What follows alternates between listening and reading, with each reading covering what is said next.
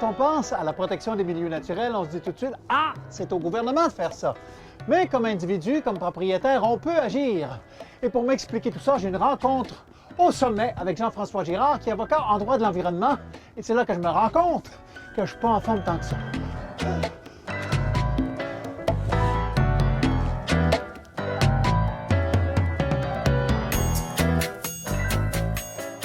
Jean-François, qu'est-ce qu'un propriétaire de milieu naturel peut faire pour le protéger?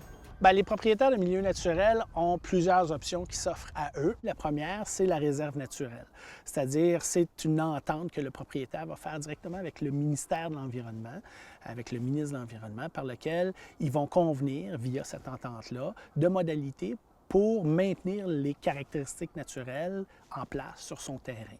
Cette entente-là peut être à durée déterminée, c'est-à-dire 25 ans minimum, ou même viser la perpétuité.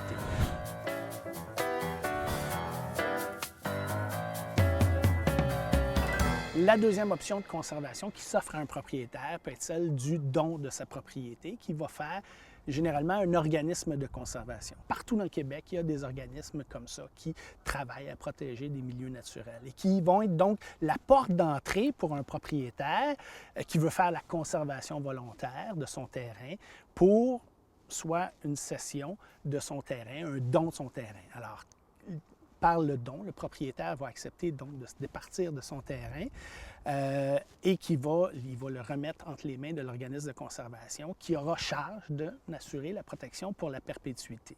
Là, un don, là, ça me semble excessivement généreux. C'est quoi l'avantage pour les propriétaires? Bien, l'intérêt du propriétaire, d'abord, il est viscéral. D'abord, il est lié à son désir de s'assurer que son joyau va demeurer protégé pour le bénéfice des générations futures, puis même la perpétuité. Mais il va avoir quand même un intérêt pécunier pour être intéressant parce que s'il fait don total de son terrain, il va pouvoir recevoir un reçu de charité dans le cadre du programme des dons écologiques.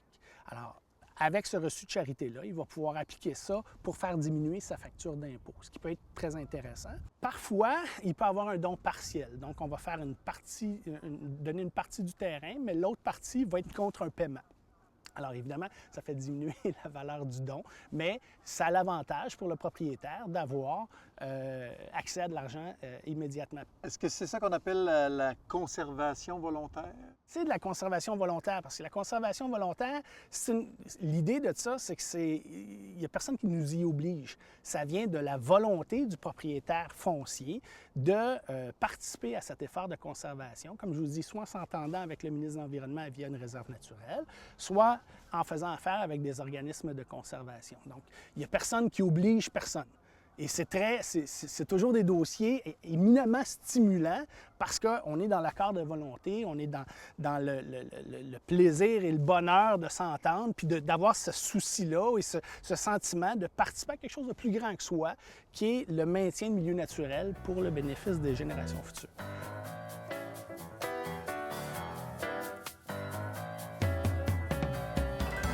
Outre les dons ou la cession contre paiement, bien, il est possible aussi, tout en restant propriétaire, de constituer ce qu'on appelle une servitude de conservation.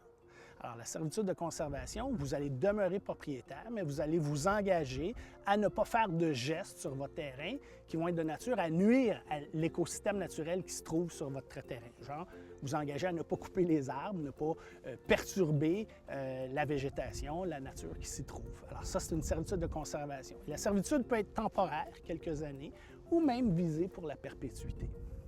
Mais l'intérêt et la servitude, si vous faites le don d'une servitude de conservation parce que ça a une valeur, c'est aussi admissible au programme des dons écologiques. Alors, vous voyez qu'on a une gamme, puis là, je vous épargne les détails, mais on a vraiment une gamme d'outils très versatiles, diversifiés, qui permettent aux propriétaires d'aller selon leur intérêt. Est-ce qu'ils veulent demeurer propriétaires maintenant, pour toujours, pendant une partie du temps, donc faire une servitude, puis la servitude pourrait conduire dans 50 ans à une cession totale du terrain. Donc, tous ces mécanismes-là qui peuvent être amalgamés les uns avec les autres pour rencontrer à la fois les intérêts du propriétaire, parce que c'est ça le but de votre question, qu'est-ce qu'il peut faire, Oui. et les interventions, le champ d'intervention de l'organisme de conservation. Jean-François, j'ai pas un grand terrain, mais j'ai un carré de sable que je pourrais léguer, donner à la conservation. Est-ce que ça peut faire une différence? Bien, tu sais, dans l'enjeu actuel de protection de la biodiversité, je pense que chaque parcelle de territoire qui peut avoir une incidence sur le maintien de la biodiversité peut être un gain en protection de l'environnement, en protection de nos milieux naturels. Peut-être que dans ton carré de sable, il y a des tortues qui viennent nicher, qui viennent pondre, puis que ça peut devenir un habitat intéressant à protéger. À charge d'aller vérifier. Je vais faire ça. Merci beaucoup. Ça fait plaisir. D'autres propriétaires pourraient donner un boisé, un marais. Qui sait? Ce qu'il faut retenir surtout, c'est que c'est tout naturel de protéger les milieux naturels.